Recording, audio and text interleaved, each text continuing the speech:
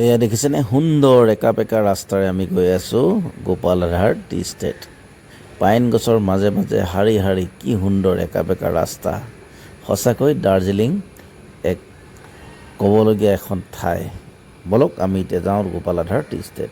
নমস্কাৰ বন্ধুসকল, আছোঁ এতিয়া গোপালাধাম টি ষ্টেট। গোপালাধাম টি ষ্টেটৰ আমি এতিয়া যাম। আমি গোটেই আপোনালোকক গোপালাধামৰ যি চাহ বাগানৰ সৌন্দৰ্যতা মই আপোনালোকক দেখাবলৈ চেষ্টা কৰিম। এয়া চাওক আপোনালোকে বন্ধুসকল, এয়া চাওক কি সুন্দৰ একদম দাৰ্জিলিং সদৃশ এয়া চাহ বাগান।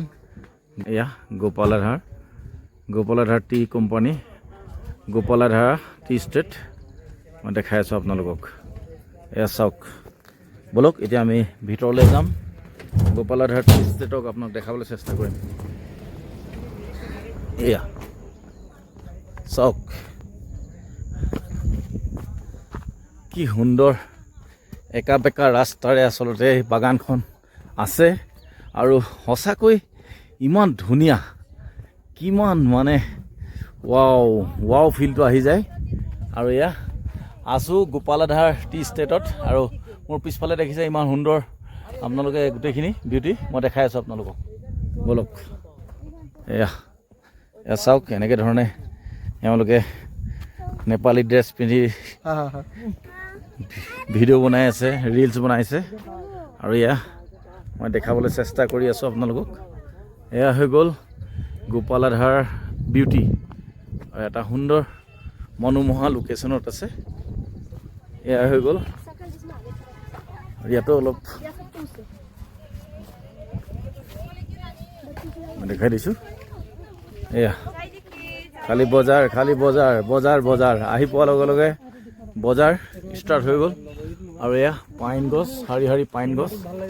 এয়া এয়াই হ'ল গোপালাধাৰ টি ষ্টেট। আমি গোটেইখন আপোনালোক দেখাবলৈ অসম্ভৱ, কাৰণ আমি জাৰ্ণিত আছোঁ আৰু এতিয়া আমি যাম মিৰিক লেক। সেইবাবে আমি যিমানখিনি পাৰোঁ দেখাবলৈ চেষ্টা কৰিছোঁ। আৰু এয়া চাওক পাইন গছ, শাৰী পাইন গছ।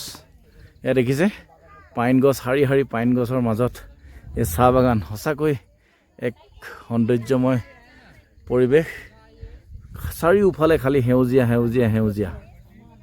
এয়া তো বন্ধুসকল দেখিলে কিমান ধুনীয়া। আচলতে ভিডিঅ'ই হয়তো কথা ক'ব পাৰে নোৱাৰে নাজানো, মোৰ কিন্তু ভাষা নাইকিয়া হৈ গৈছে। ইমান সুন্দৰ এটা প্লেচত আছোঁ মই, আৰু ইমান ধুনীয়া চাৰিওফালে খালি সেউজীয়া। আৰু মোৰ পিছফালে দেখিছে এয়া পাইন গছ, একদম পাইন গছে ভৰপূৰ, ইমান ধুনীয়াকৈ শাৰী শাৰী পাইন গছৰ। আৰু তাৰ মাজে মাজে আছে চাহ বাগান আৰু এইফালে নীলা আকাশ। সঁচাকৈ খুব ধুনীয়া, আৰু ভাষা নাই। আপোনালোকে ভিডিঅ'টো চাই কেনেকুৱা পালে জনাব। আছোঁ গোপালাধাৰ টি ষ্টেট, দাৰ্জিলিঙত আছোঁ। আৰু এয়াই মই অকণমান দেখাই দিছোঁ 360 এংগলত। এয়া